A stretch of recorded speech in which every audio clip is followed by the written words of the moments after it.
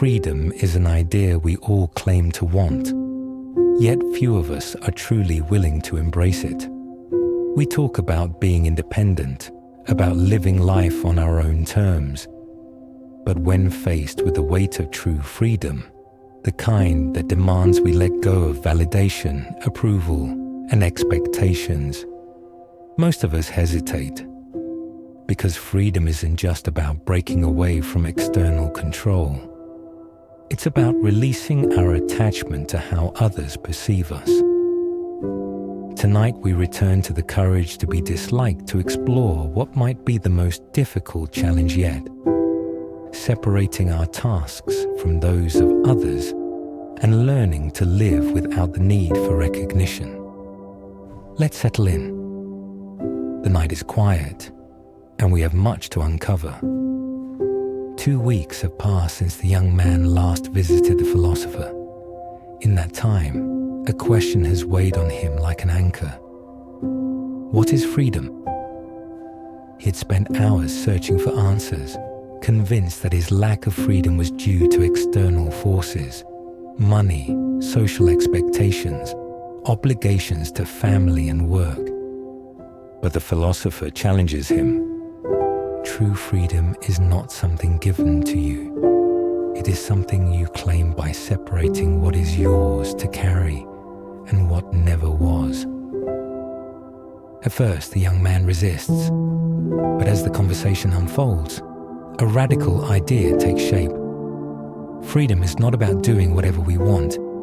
It is about knowing what is not our responsibility to control. 1. The trap of seeking recognition. At some point in our lives, we all fall into the same pattern. We shape our choices around what will make us liked, accepted, or admired. We adjust our personalities depending on who we are with. We hesitate before speaking, worried about how our words will be received. But the philosopher asks, why do you seek recognition? The young man insists, because being seen, being acknowledged, proves that I matter.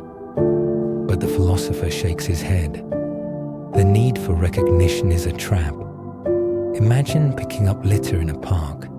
If people thank you, you feel good. But what if no one notices? Do you stop? If we act only to be seen, then our happiness is always at the mercy of others. True freedom means doing what you believe is right, without waiting for applause. I once knew someone who loved to write. Late at night, they would fill notebooks with poetry, reflections, quiet thoughts they never shared. One day, they decided to post their writing online. Weeks passed. Barely anyone noticed. They became discouraged. What's the point of writing if no one reads it? But then, something shifted. They realized that the act of writing itself was what mattered, not the approval, not the audience. And when they truly embraced that, they didn't just write better, they wrote freely. Sometimes, the things that bring us joy don't need to be witnessed to be meaningful. 2.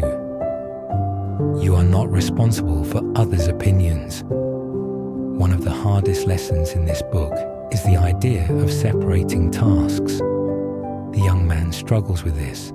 Surely, we have some responsibility for how others feel about us. But the philosopher presents a simple truth. What others think of you is not your task. It is theirs. Your task is to live according to your values. Their task is to decide how they feel about that. If someone dislikes you for making an honest choice, that is not your burden to carry. And yet, we tie ourselves in knots trying to control how others see us. Think of a time when you held back your opinion because you feared it would upset someone. Think of the times you apologized, not because you were wrong, but because you wanted to smooth things over. Now ask yourself, was that truly your task to carry? Or did you take on something that never belonged to you in the first place? Imagine the weight that would lift from your shoulders if you truly believed that. 3. The price of freedom is the courage to be disliked. The young man scoffs. Surely, life cannot be lived without seeking approval. Doesn't everyone at some level want to be liked? The philosopher doesn't argue. Instead, he offers this. If you live honestly, according to your own principles, some people will dislike you. That is not failure, that is freedom. To live freely is to accept that not everyone will approve, that some will misunderstand you, that you will not always be liked. And yet, if you live in constant fear of being disliked, you are not truly living at all. You are performing. We spend so much time trying to be agreeable, trying to avoid conflict, trying to ensure that no one ever feels disappointed in us. But in doing so, we sacrifice our own authenticity. There was a woman who loved to paint, but every time she finished a piece, she would show it to others, watching their faces, waiting for approval. One day, someone looked at her work and said, "I don't get it. It's not my style." For weeks, she couldn't paint. The words had taken away her confidence. But then she realized, I wasn't painting for myself. I was painting for approval. And from that moment on, she stopped asking for validation. She painted because she needed to, not because others needed to like it. And in that moment, she was free. 4. The burden of resentment. As the young man wrestles with this idea, he asks, but what about the people who have hurt me? Should I simply ignore their actions? Should I let go of resentment just like that? The philosopher does not tell him to forgive, nor does he tell him to forget.